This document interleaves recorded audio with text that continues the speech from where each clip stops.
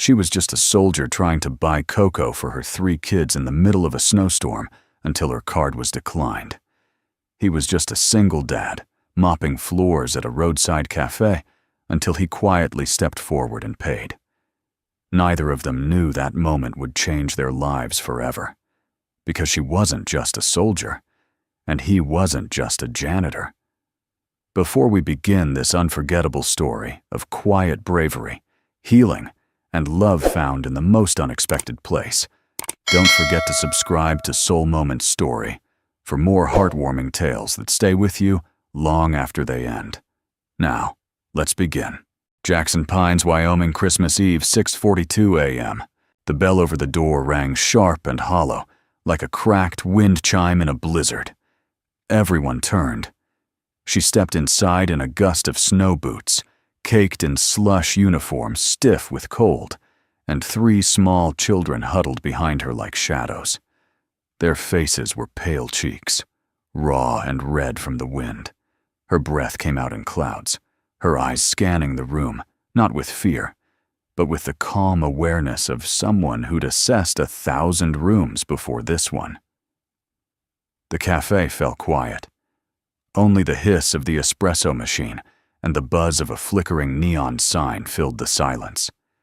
The woman approached the counter slowly, her back still to the cold, her shoulders squared, like someone still carrying a weight she hadn't put down in years. 3 hot chocolates, she said to the teenage cashier, voice low-measured. And anything warm. The girl behind the counter looked at her, then at the kids. The oldest boy looked about 10, standing guard in front of the younger 2, a sleepy-eyed toddler, and a girl no older than 5 holding a tattered blanket. The cashier punched in the order. "That'll be $14.82. The woman pulled out a debit card from her jacket. Her hands trembled slightly, not from cold, but fatigue. She slid the card across the counter. Declined. She tried again. The machine blinked. Declined. A 3rd time. Declined. Her jaw clenched. She gave a small nod, barely noticeable, then reached down and began rummaging through a worn canvas satchel, her military duffel, searching for crumpled bills, coins, anything. The toddler behind her began to cough. That was when he stepped forward. A man, tall, rugged, with long hair tucked beneath a beanie, wearing a weathered janitor's jacket dusted in snow.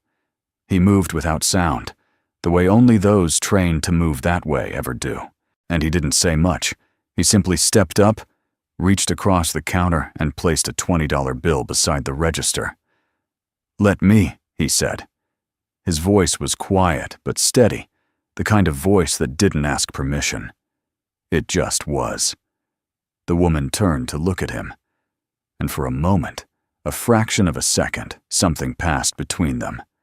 A flicker of recognition, not of the face, but the bearing. The way his shoulders squared, how his eyes scanned exits, how he placed himself between the kids and the door without even realizing it. Not a stranger. Not to her. She opened her mouth to protest. "Don't," he said softly. "Soldiers don't go hungry. Not on my watch." They sat in the corner booth, her children thawing slowly over cups of hot chocolate steam curling up like prayer. The man Gabe took the table next to them, sipping coffee from a chipped mug. He didn't ask questions. He just sat. The girl with the blanket stared at him for a long time before whispering. "Are you Santa Gabe?" chuckled. "No, sweetheart. Just someone who likes snow." The mother Harper hadn't spoken a word since he paid, but her eyes kept darting to him, not in fear or suspicion, but calculation. As if trying to place a rank without the uniform. He caught her glance. "You Army." She raised a brow, surprised. "You don't ask someone that at a diner in the middle of Wyoming?" "I don't. Unless I already know the answer." She held his gaze for a beat too long. Then, "And what were you?" Gabe's smile didn't reach his eyes. "Let's just say I carried more than mops in a past life." When the kids finished their cocoa and her youngest had curled up under the table asleep, Harper stood and reached for her bag. "Thank you," she said. "For the coffee." "Where are you staying?" Gabe asked. She hesitated. "We're figuring it out." He nodded, took a sip of his coffee. Then quietly, "Storm's getting worse. That van outside's not going to keep the heat past sundown." She tensed. Her fingers gripped the strap of her duffel. "I've got a cabin," he said. "Just up the ridge. Wood stove. Extra blankets. My daughter and I live there. It's small. Safe." Harper narrowed her eyes. "And I'm supposed to just accept that offer from a stranger?" Gabe didn't blink. "No," he said. "You're supposed to make the call your gut tells you. Same as you always did. You've read people. You've survived worse. So you tell me, am I a threat or just a tired janitor trying to offer soup and shelter?" Harper didn't respond right away. She looked down at her kids. One of them was already nodding off, head against the booth. The other two barely keeping their eyes open. The wind outside howled like it wanted to eat the whole world. She sighed. "You got a fireplace," wood stove, Gabe said. "Big enough to cook on." A pause. "All right," she said. "But if you turn out to be a creep, you'll take me out with a fork and a shoelace." "Got it." He smiled, and for the first time, so did she. They walked out into the storm, kids bundled in borrowed scarves, Harper clutching her duffel, Gabe leading the way to his old pickup. As they disappeared into the snowfall, the bell above the cafe door rang again. Then silence. Inside the coffee machine, hissed one last time and stopped. Cold. The drive up the ridge was treacherous. Snow blanketed everything. Road signs disappeared. Fences vanished. Even the telephone poles looked like faint ghosts in the distance. Gabe's truck grumbled and rattled as it climbed slowly up the hill, its tires crunching over frozen gravel and hidden ice. Inside the cab, the heater blasted at full strength, but the silence was colder than the wind. Harper sat in the passenger seat, her arms folded tightly across her chest, not for warmth, but instinct. She didn't trust easily. She had 3 children in the back seat of a stranger's truck, and the only thing louder than the storm outside was the voice in her head telling her to be ready, always ready. Gabe kept his hands on the wheel, eyes forward. He didn't try to make conversation. He knew that silence sometimes meant safety. He had once driven through nights darker than this with teammates bleeding in the back, and silence as the only shield between life and death. But still he spoke eventually, quietly, calmly. "You never said your name." "Didn't have to," Harper replied. He gave the smallest nod. "Fair. A beat?" "Then it's Harper." "Harper Quinn." He smiled, still facing the road. "Gabe Holloway." The 5-year-old behind them yawned and asked, "Are we going to live in a snow house?" Harper glanced back and gave her a gentle look. "Just for a little while, baby, until we figure things out." Gabe chuckled. "Well, it's not made of snow, but it does creak like an old ship in the wind. So, close enough." 15 minutes later, the truck crested a final hill and pulled up in front of a small wooden cabin. Warm light spilled from the windows, casting a soft glow onto the snowdrifts surrounding it. Smoke curled gently from the chimney, disappearing into the white sky. A little girl with long auburn hair and mismatched socks opened the door before they could knock. "Dad," she called. Gabe grinned. "Hey, June, we've got guests." June stared at Harper, and the 3 kids like they were characters from a storybook, stunned, fascinated, and a little unsure. Harper stepped forward, the kids close behind her. June looked up at her dad. "Can they stay for Christmas?" Harper's eyes flicked toward Gabe. "I mean," June added quickly, "if that's okay." Harper opened her mouth, closed it, then knelt to meet June's gaze. "What's your name, sweetheart?" "June Holloway." "June," Harper said softly, "my kids are tired, cold, and a little scared. But if you're willing to share your roof with us, even just for tonight. I promise we'll do our best, not to be too much trouble." June nodded solemnly, then turned and waved them in. "We have soup." The cabin was smaller than Harper expected, but warmer. Real warmth, not just from the wood stove, but in the smell of cedar and fresh bread in the soft throws tossed over worn furniture, and the row of snow boots lined carefully by the door. Gabe handed her a pair of wool socks. "You'll want these." Floors cold. Harper took them, unsure how to respond. It had been a long time since anyone offered her something without expecting anything in return. She helped her kids get settled near the fire, where June was already explaining which mugs were the warmest and how to make the marshmallows stretch across 2 cups. Gabe poured soup into mismatched bowls and handed one to Harper. Their fingers brushed. She paused, looked at him. "I still don't understand why you did it." He shrugged. "Because someone should have." That simple no. His voice turned quiet. Not simple. Just overdue. That night, after the kids had fallen asleep in a nest of quilts and pillows, Harper stood on the porch, alone, arms folded, eyes on the snow-covered trees. The wind had quieted, and the world felt still too still. Gabe joined her, 2 mugs of tea in hand. Mint or chamomile? She gave him a look. "Right.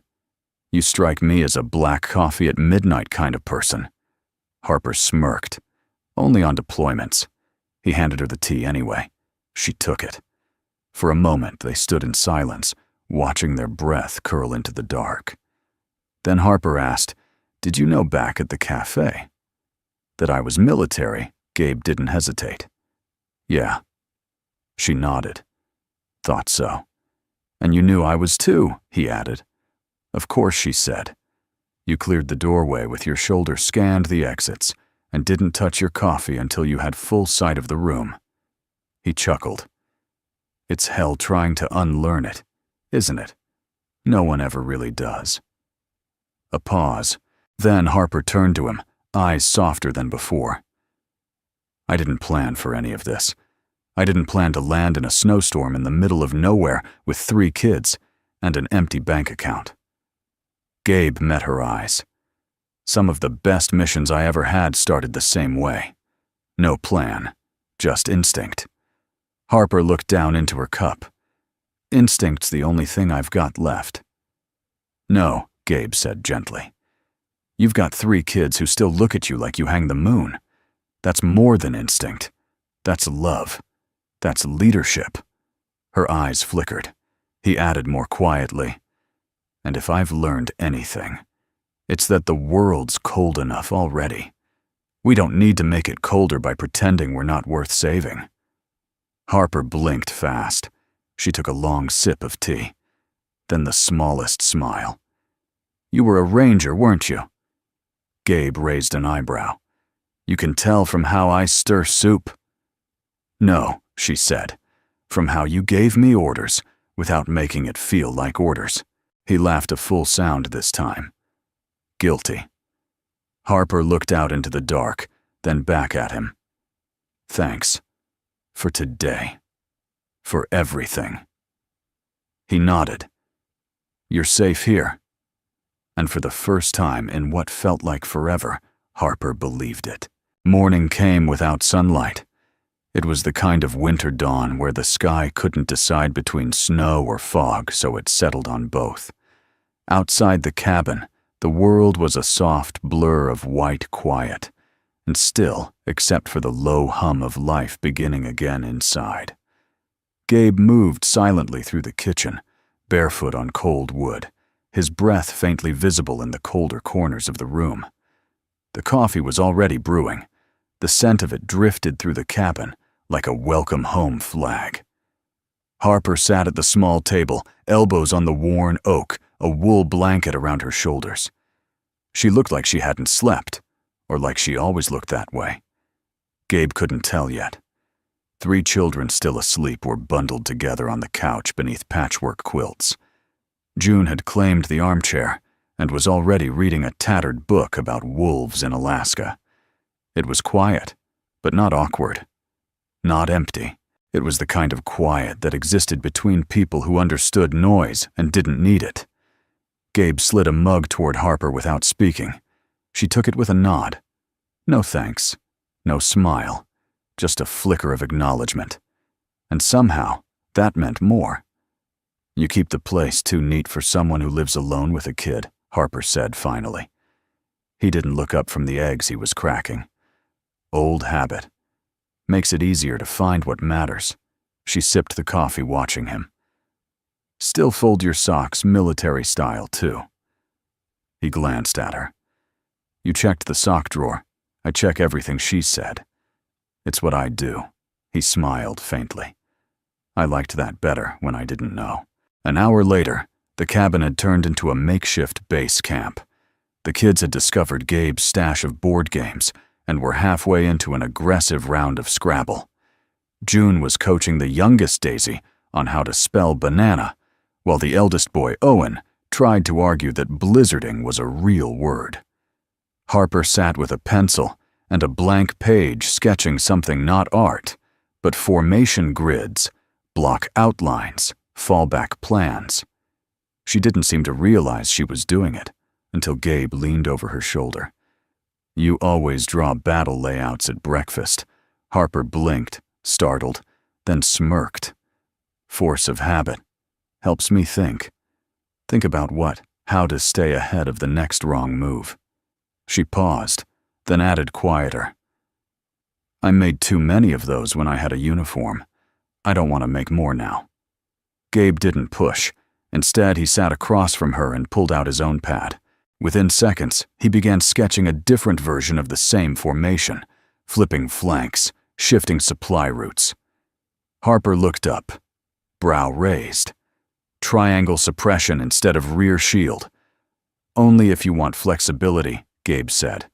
Otherwise, you're trapped by your own defense. They held each other's gaze for a moment. Then in unison, they both nodded. June peeked over the back of the couch. Are you guys doing battle math again? Harper laughed softly, a sound no one had heard from her yet. No, sweetie, we're just speaking the same language. Later that day, Gabe and Harper stood outside chopping firewood while the kids played nearby. The air was brisk, the kind that woke you up from the inside. Harper's sleeves were rolled up, revealing forearms laced with faint scars and stronger lines, evidence of both war and resilience. You teach your daughter how to shoot? Harper asked. Gabe paused. No. But I taught her how to listen, how to read a map, how to make a decision without freezing. That's rarer than most, think Harper said, driving the axe down clean. A beat passed. Then Gabe asked, Do you miss it? The army, he nodded. Harper exhaled long and slow. I miss the clarity. The mission, the rules, even if they changed without warning. I don't miss the silence that came after a bad call. Gabe was quiet. Then you were a field commander.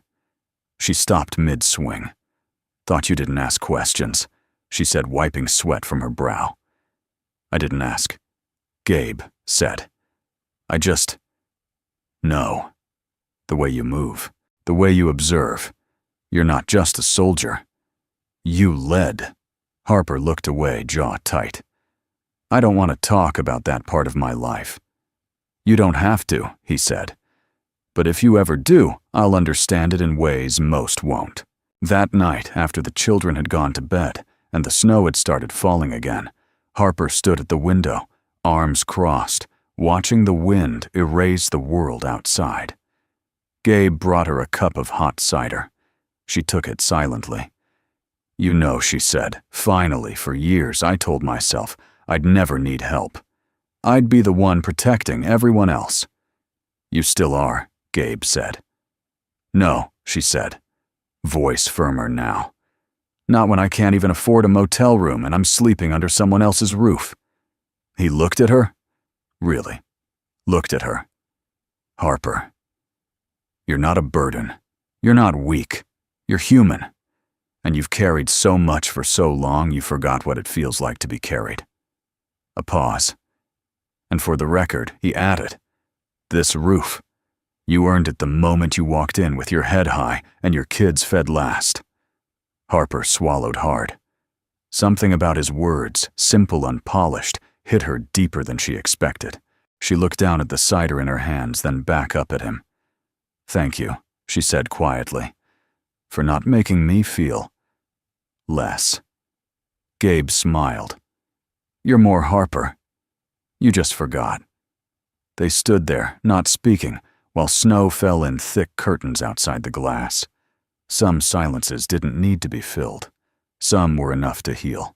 The scent of rosemary and garlic filled the cabin like a lullaby. It had been 4 days since Harper and the kids had arrived. 4 days since a stranger paid for hot chocolate and offered them a cabin in the snow. 4 days since Harper had allowed herself to rest not just her body, but her guard. Outside, the snow kept falling. Inside, the fire crackled gently as Gabe stirred a pot of soup, methodical and quiet. He moved like a man trained to watch every detail, but no longer in a combat zone. In this kitchen, he watched for different things: a boiling edge, the flicker of flame, the shifting weight of someone's mood. Harper sat at the kitchen table, her youngest child curled asleep in her lap. She was reading silently, or pretending to, but every few minutes her eyes drifted back to Gabe. It was hard not to look. He wasn't handsome in a Hollywood way, too rugged, too real. There were lines around his eyes that came from things other than laughter. His hands were rough. His presence was steady. And without asking, he made space for her space. For her children. Space for silence to feel safe. You're a strange man, Gabe Holloway, she said. Finally, her voice low. Gabe glanced over his shoulder. Strange how you cook like a professional, walk like a soldier, and talk like a therapist. He smiled faintly, returning to the stove. Maybe I'm just a tired man with a good memory. A memory of what? He hesitated, then said, of how it feels when no one sees you. The words landed heavier than she expected. Harper looked down at her child fingers, absently stroking the girl's hair. Then quietly, as if the words had been waiting years to surface. My husband died overseas. I told myself I wouldn't fall apart, and I didn't. But somewhere along the way, I forgot how to breathe without checking for crossfire. Gabe turned off the stove and faced her. His expression didn't change, no pity, no performance, just quiet understanding. That's because the war doesn't always end when the mission does. She met his eyes. For a long moment they said nothing. Then Harper shifted her daughter gently into the nest of blankets by the hearth and stood. Without a word, she rolled up the sleeve of her shirt and extended her left forearm. There beneath pale skin was a scar, long, jagged, puckered at the edges. It wasn't a clean wound. It was a story written in flesh. Gabe didn't flinch. He stepped closer and gently brushed his fingers just beside it, not touching the scar itself, but honoring it like a relic. What was it, he asked. Explosion. Improvised device, Southern Kandahar. It should have killed me. But it didn't. No, she said, it just rewired me. She rolled her sleeve back down, slow and precise, then lifted her eyes to his. You have one too. I can see it in your posture. Gabe's mouth twitched. Wear your silence. That evening after dinner and bedtime stories and whispered goodnights, Gabe found Harper outside again. She stood beneath the eaves, arms crossed, watching the sky. There were no stars, only the quiet hush of snow. You always sleep this light? She asked without looking at him. He joined her hands in his pockets. Rangers aren't trained to sleep deep. That must be exhausting. Only when I want to dream. Harper glanced sideways at him. You regret leaving the army? She nodded. Gabe thought for a moment. No, he said. I regret the reason I left. He didn't explain, not yet. But Harper didn't press. She knew the difference between silence born of shame and silence born of mourning. So instead, she offered her own truth. I left after I disobeyed a direct order. Not out of defiance, out of conscience. I couldn't watch civilians die because someone wanted a faster exit strategy. So I changed the call, got reprimanded. But we saved 50 lives, and they let you walk. Technically, they encouraged me to resign. Privately, they called me a liability. Gabe let out a low whistle. So you were the kind of officer I would have followed. Harper looked at him.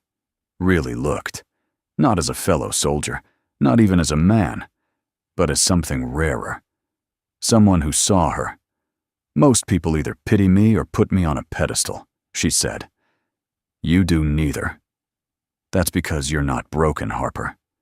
You're forged. She smiled, slow and genuine, and something about that smile shifted the night. It was like watching frost melt.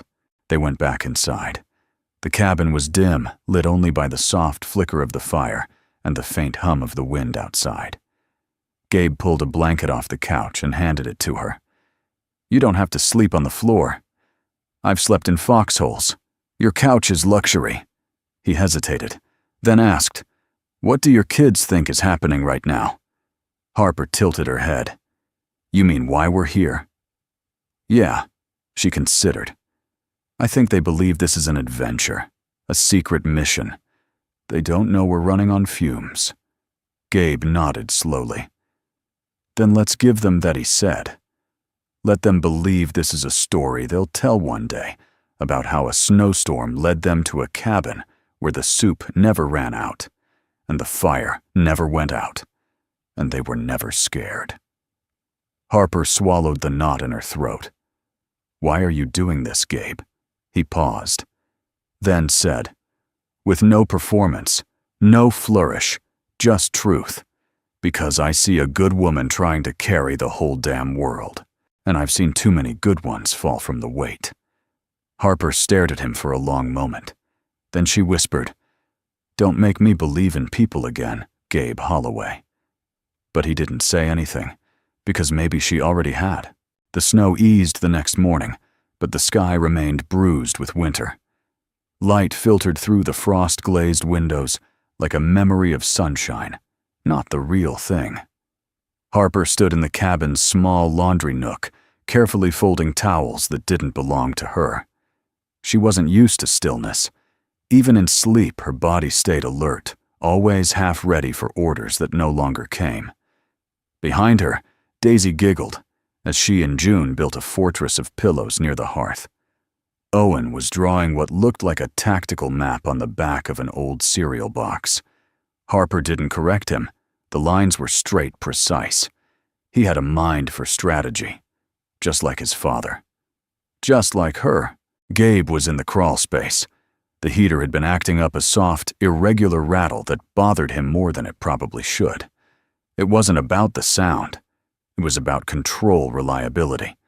If something could break, he needed to understand why. With a wrench in hand, he maneuvered under the old floorboards. The scent of dust and cold wood surrounded him. He shifted a panel aside and saw the loose duct. But he also saw something else. A steel box. Flat. Military issue, tucked behind the joist. He reached for it instinctively, fingers brushing the cold metal. It was locked, but not heavily, just clipped shut, like it hadn't expected to be found by anyone who didn't already know it was there. Gabe hesitated. He hadn't meant to find this. He hadn't been looking. But something about the weight of the box in his hands felt personal, felt like truth.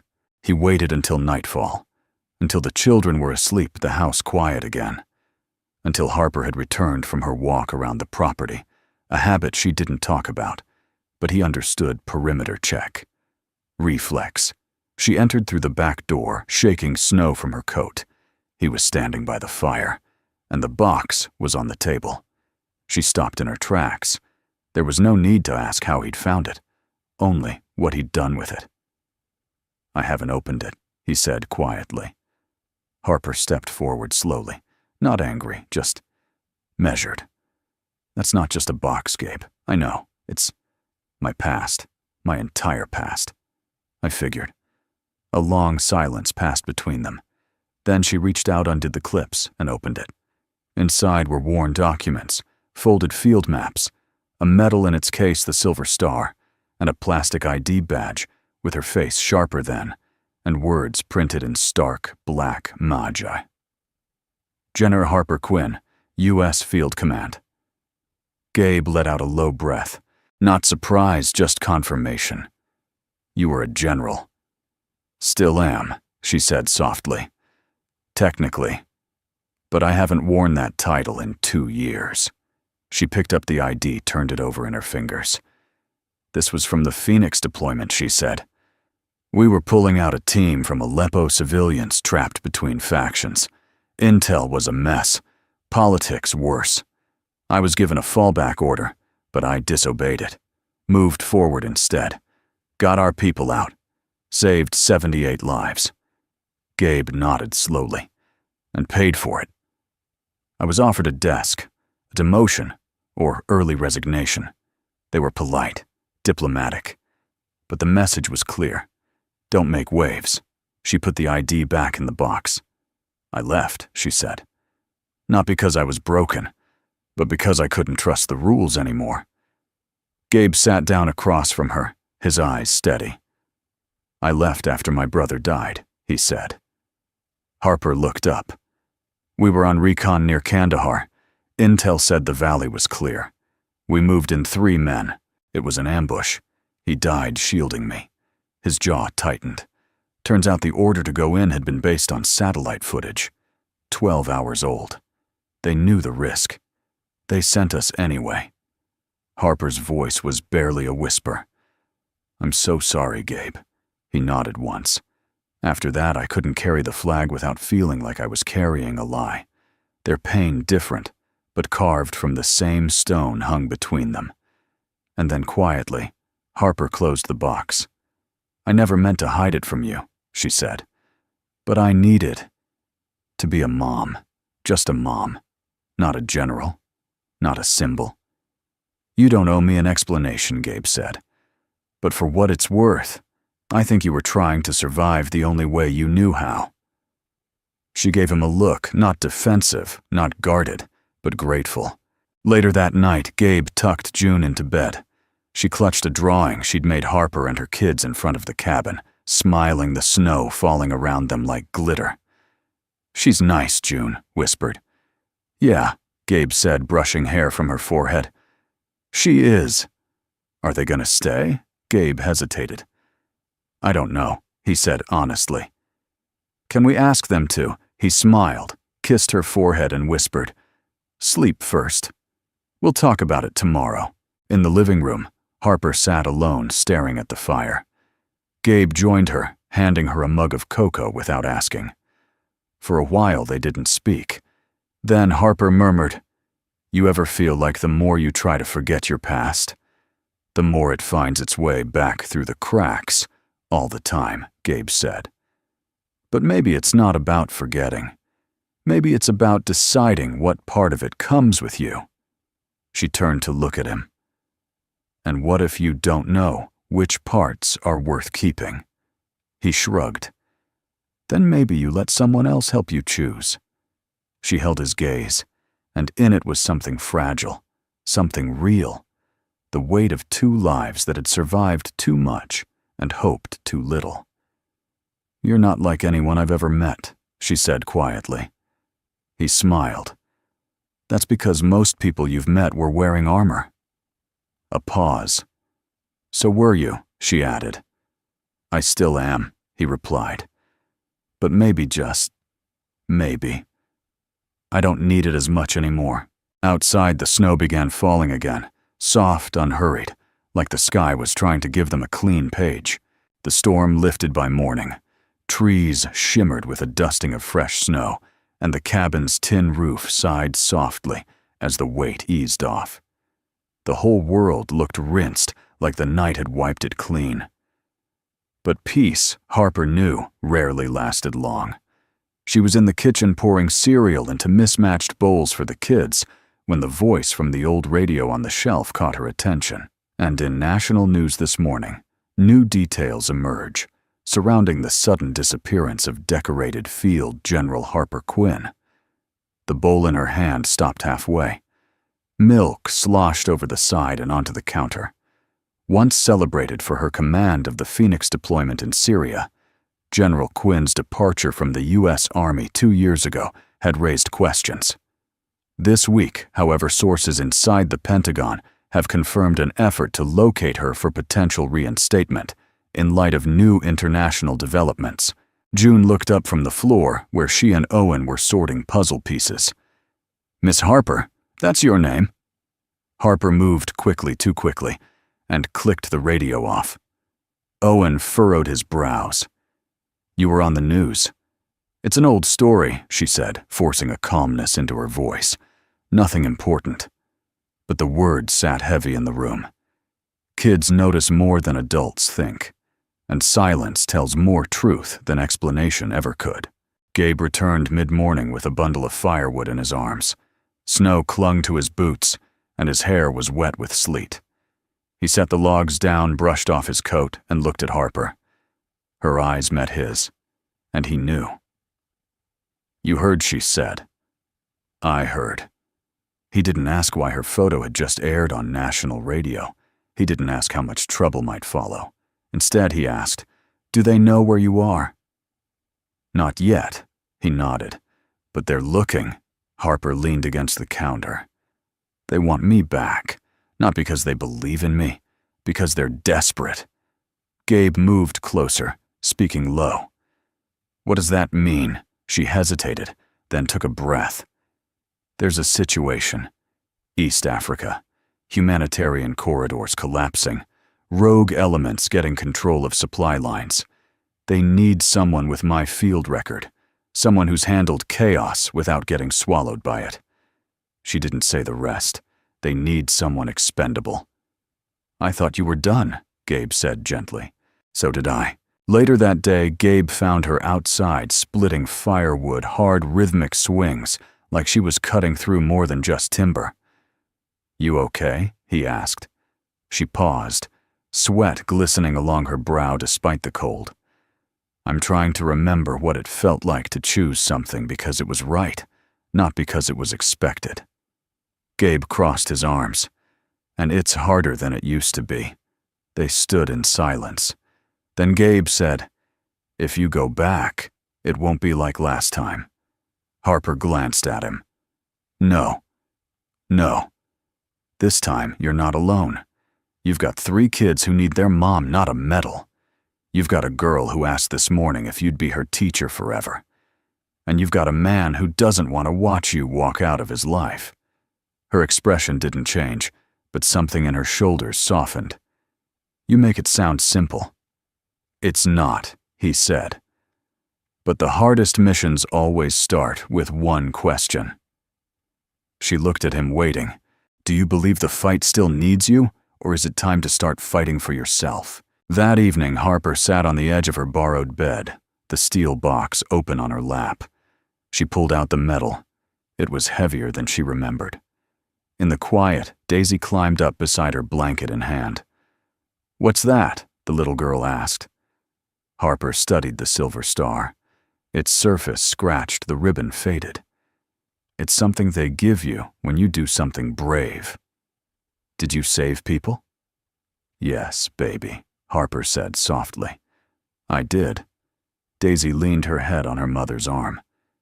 "Do you have to go save more people now?" Harper froze.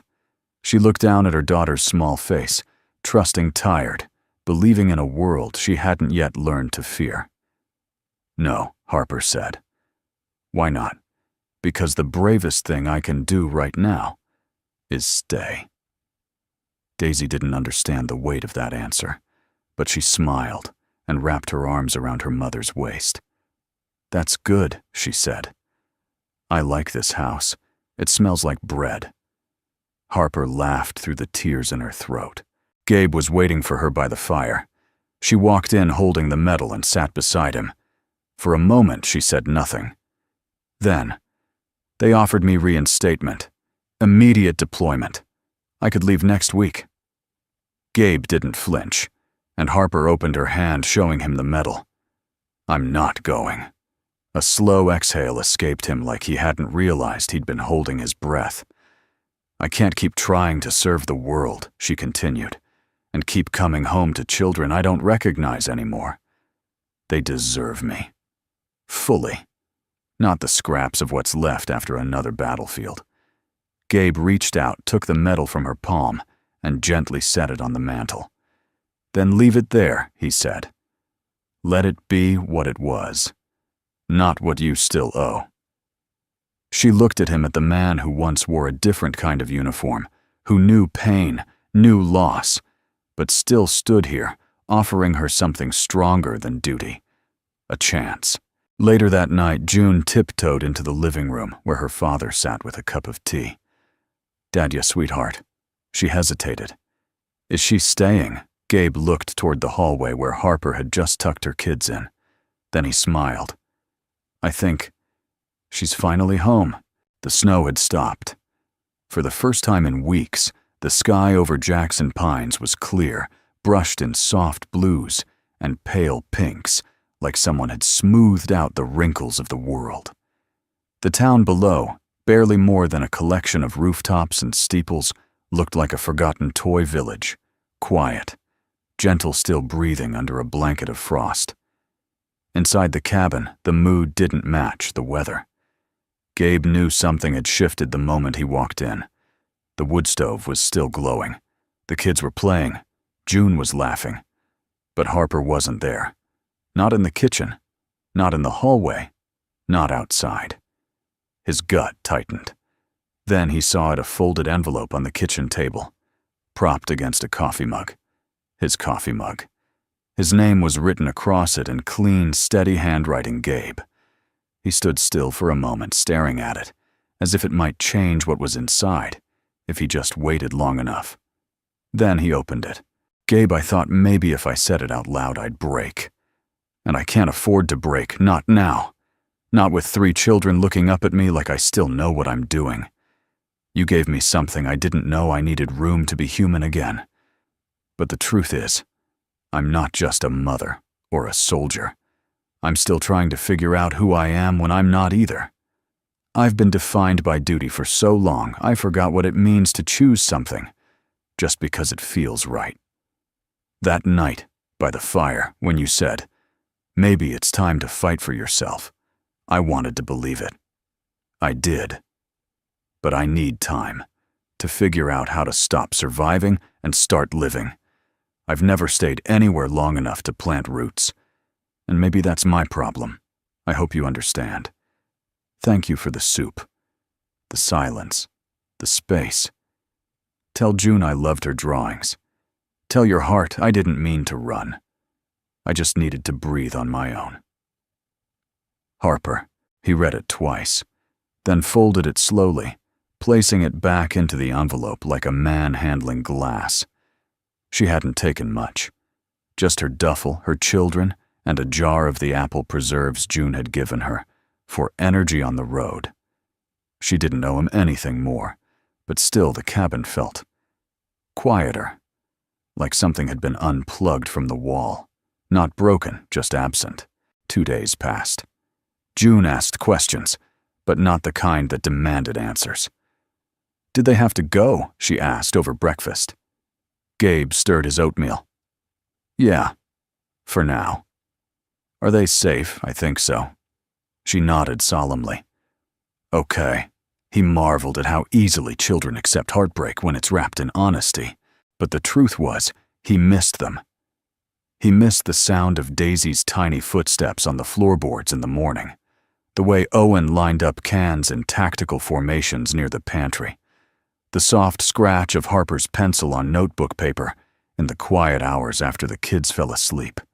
He missed her voice, even when she said nothing at all. 3 weeks later, the snow began to melt. Icicles dripped from the roof in slow, steady rhythms. Birds returned to the trees. The air no longer bit through wool and skin. And Gabe, despite himself, started clearing space. He moved a second bookshelf into the living room.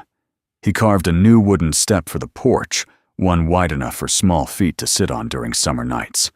He bought an extra pillow, not because he expected anything, just in case. Then, one Friday morning, the mail came late. Soggy and mostly junk, except for a thick envelope from Washington, D.C., addressed to Harper Quinn. He didn't open it.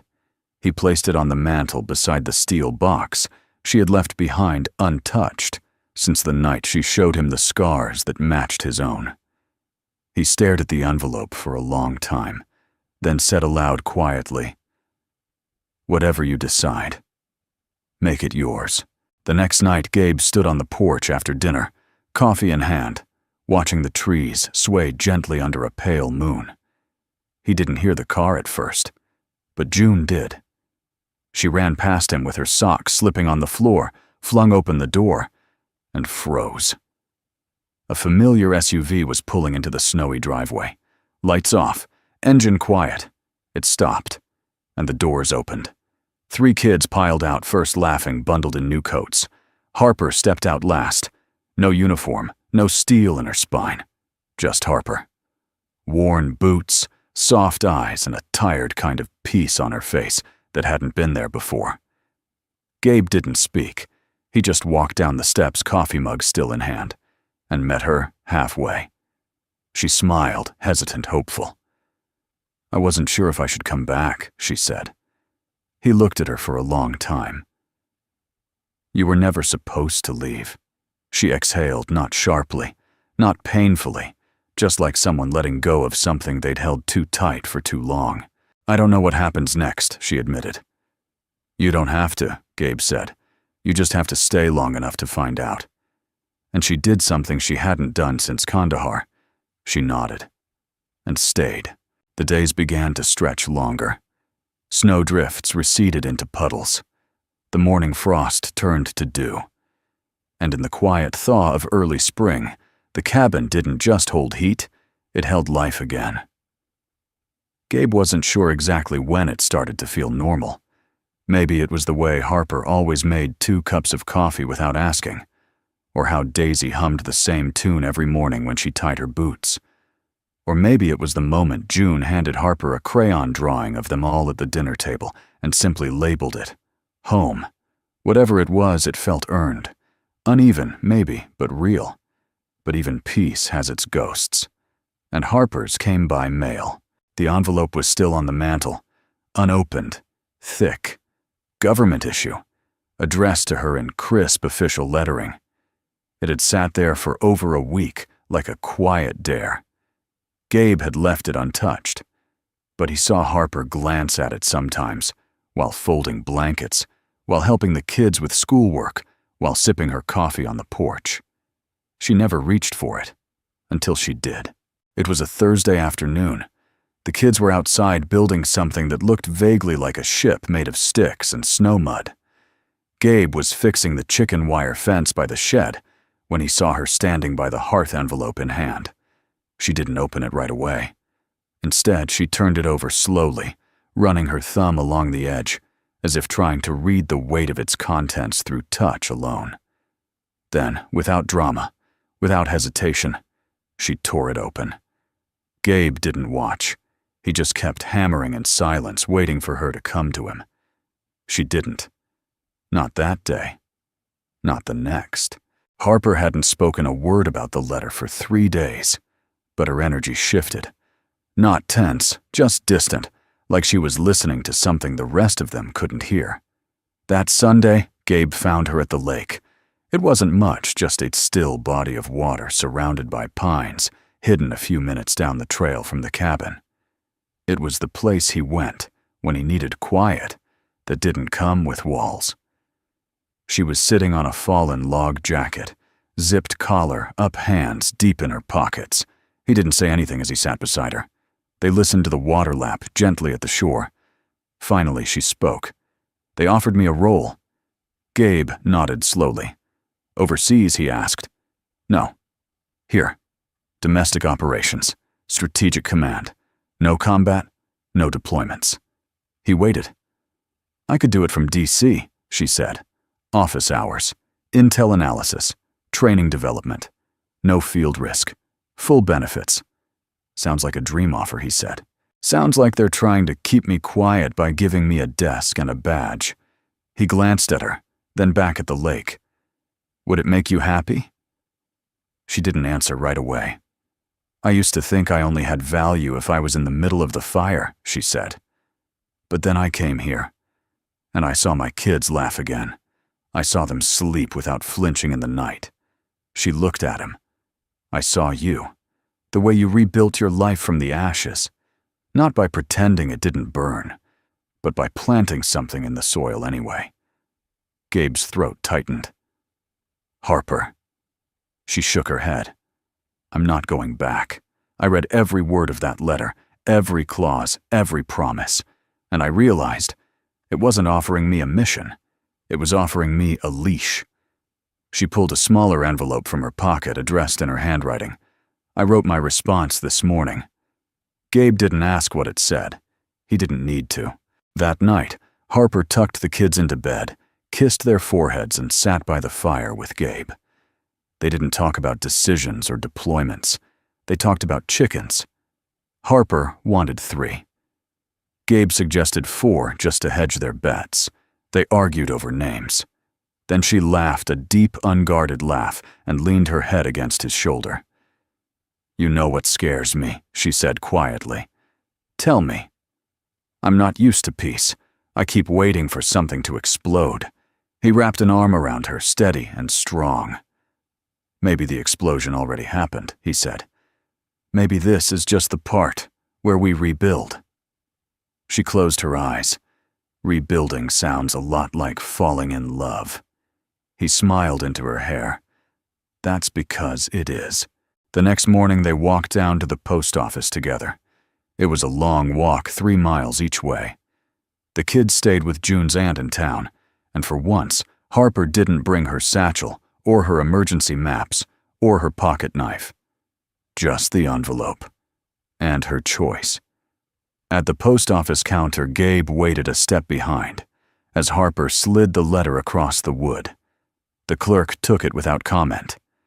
As they stepped back outside, sunlight filtered through the clouds, warm for the first time in months. Harper took a deep breath. Feels different, she said. Gabe looked at her. That's because it is.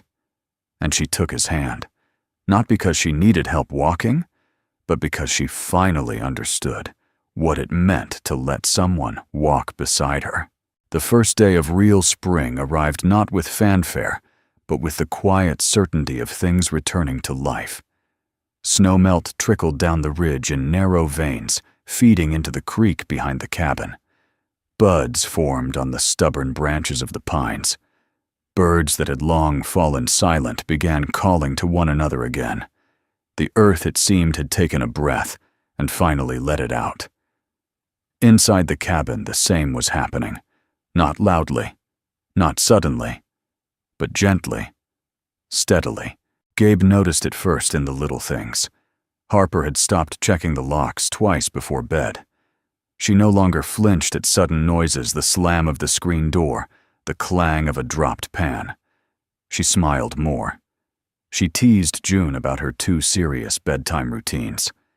She let Owen teach Daisy how to make a compass from a magnet and a needle, and instead of correcting him, she just watched quietly. Proud. And Gabe, he let himself watch her, without guilt, without the fear of losing her at sunrise. One evening, while the kids played cards on the porch and the last light melted across the valley, Harper found Gabe in the shed behind the cabin, sorting through a box of old tools. She leaned against the doorway, arms folded. "What are you building?" He looked up, sheepish. "A chicken coop," she smirked. "So you settled on 4-3 and a rooster." June won the vote. Of course she did. He stepped aside so she could see the early structure, rough beams forming the frame, a few rusty nails still sticking out like afterthoughts. "It's not pretty," Gabe admitted. Harper walked up, ran her hand along the edge of the beam. "No," she said. "But it's strong." A pause. She looked up at him. "You always do that." Stu would build things that hold people up. He chuckled, but she didn't. I mean it, Gabe. You gave me a place to remember who I was, and a space to imagine who I might still become. He set the hammer down and turned to face her. You didn't need a place, he said. You just needed a reason to stop running.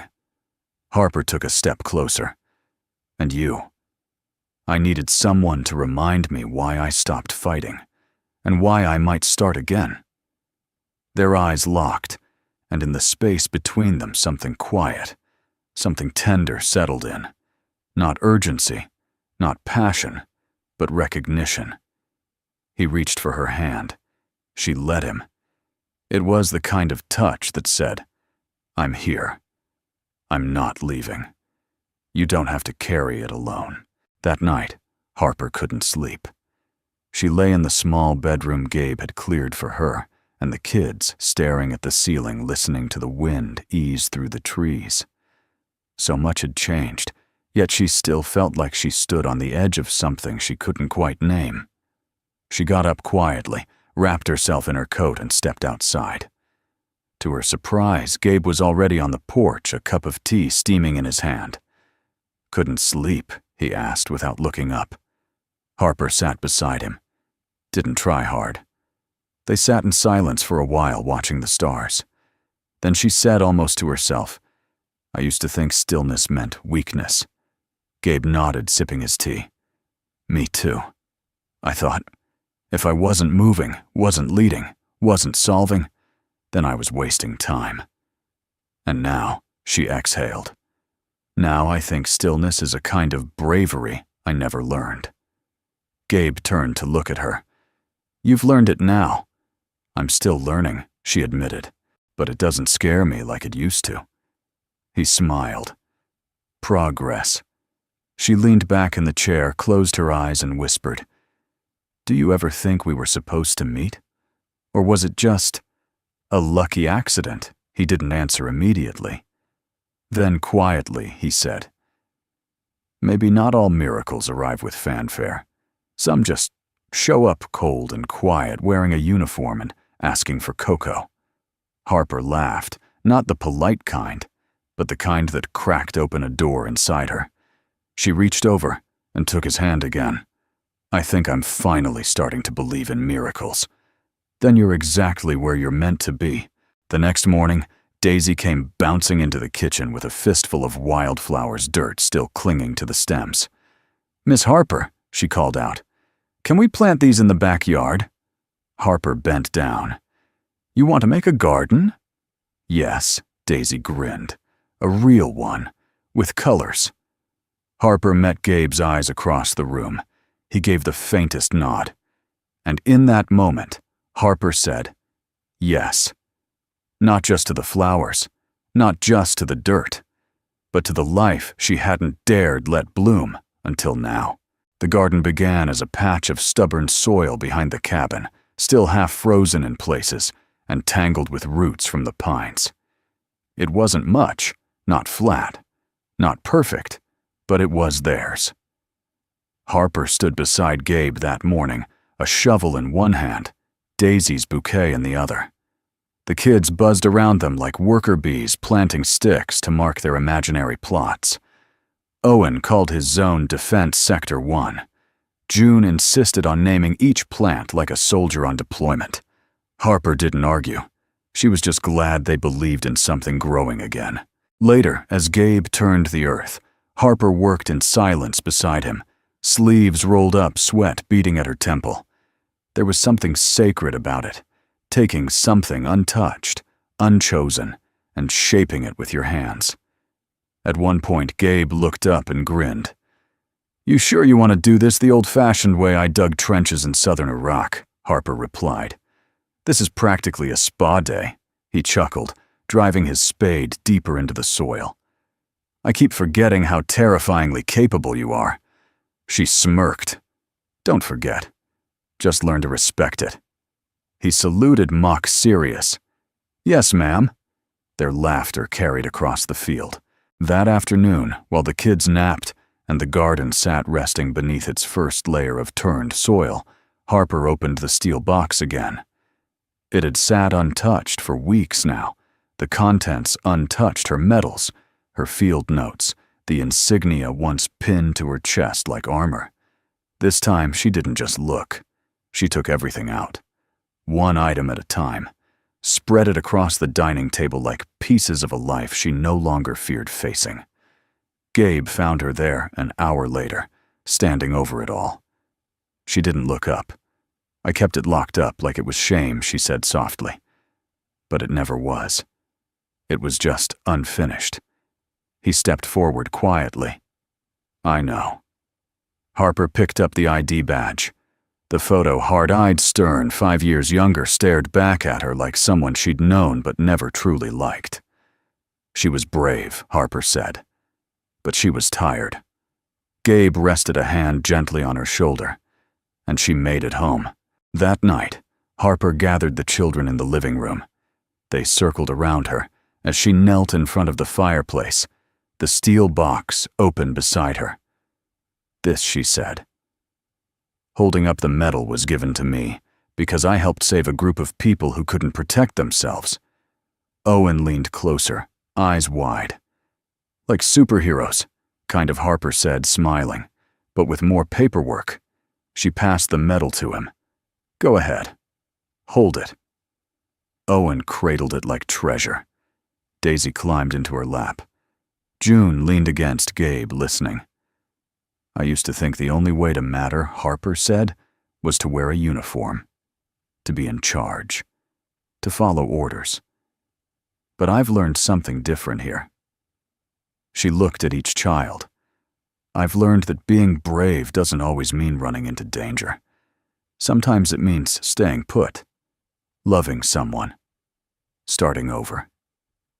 Daisy tilted her head. So, are we staying forever? Harper paused, then smiled. As long as it takes to grow roots. After the kids went to bed, Gabe found her on the porch, staring up at the stars. He stepped up beside her, his voice low. You sure about all this? Harper nodded slowly. For the first time in a long time. I'm not afraid of staying. He was quiet, then said, I used to think coming home meant the end of something.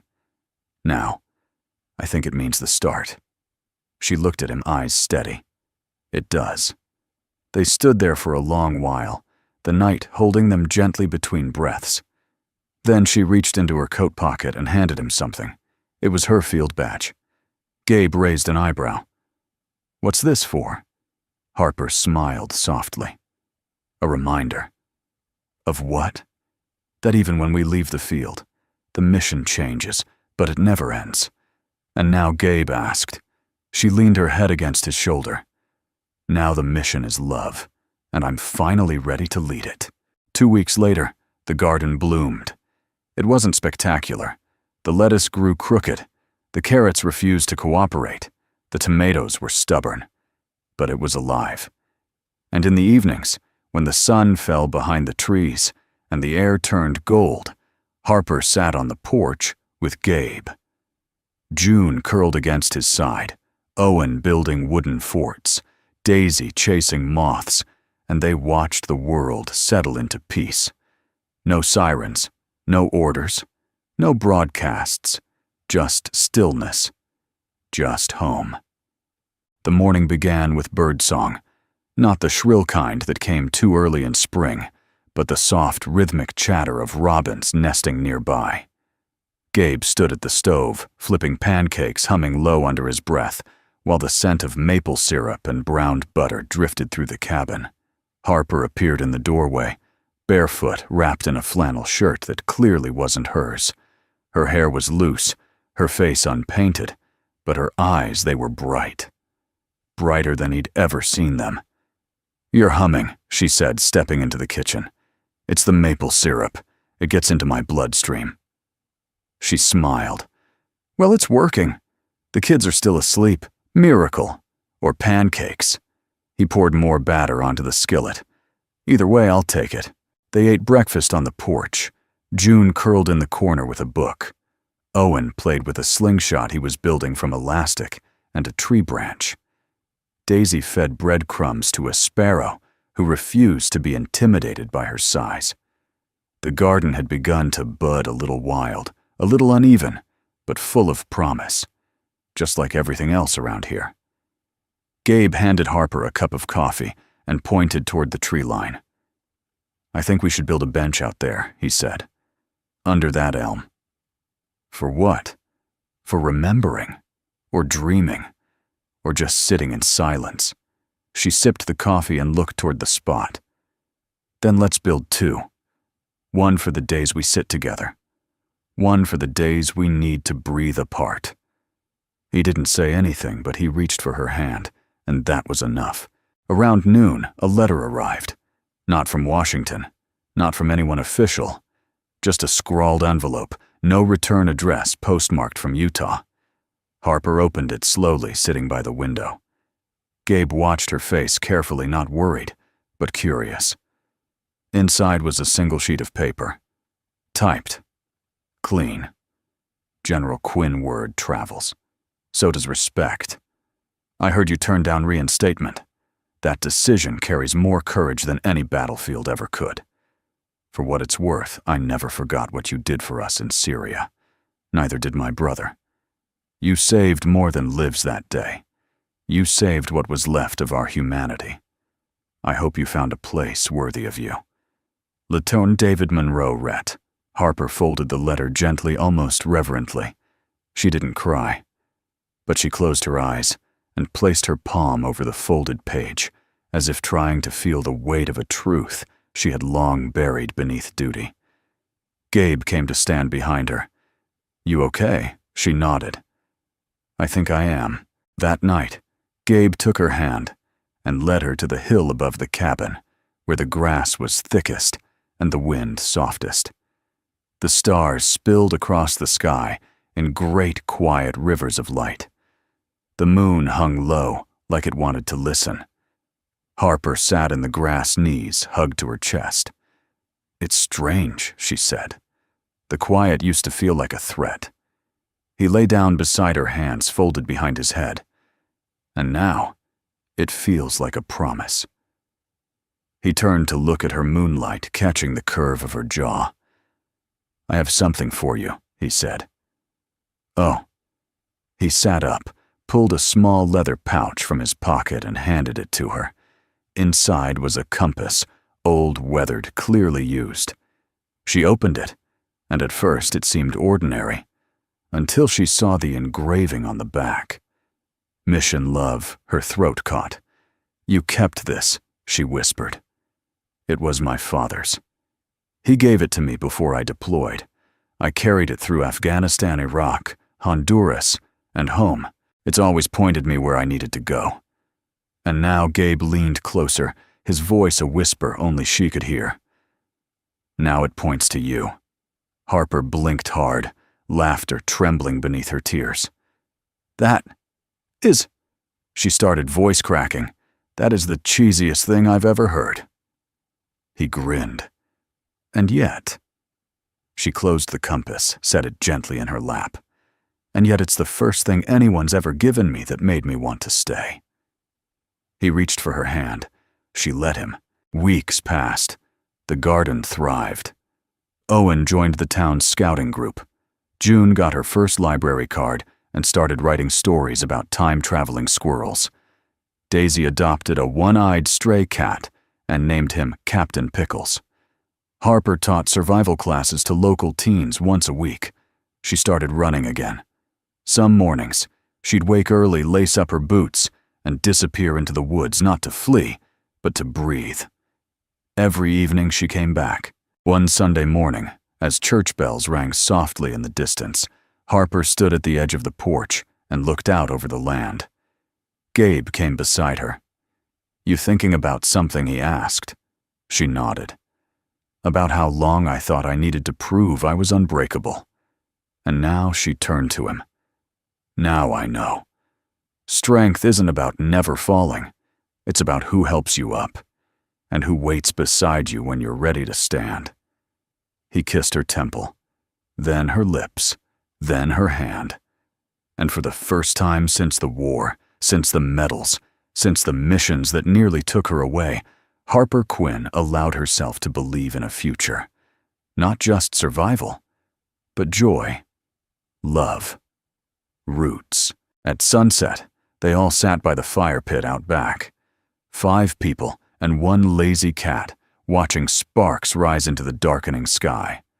Owen played harmonica. Daisy sang nonsense words. June sketched them all with crayons and stars.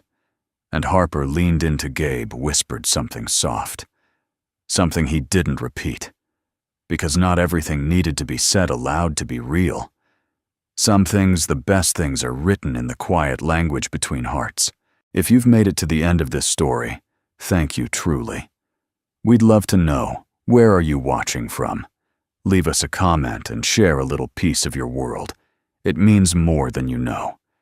And if this story touched your heart, even just a little, we invite you to subscribe to Soul Moments Story for more true-to-life tales filled with kindness, resilience, and quiet miracles. From our hearts to yours, thank you for spending time with us. Until next time, take care, stay warm, and keep believing in the goodness of people.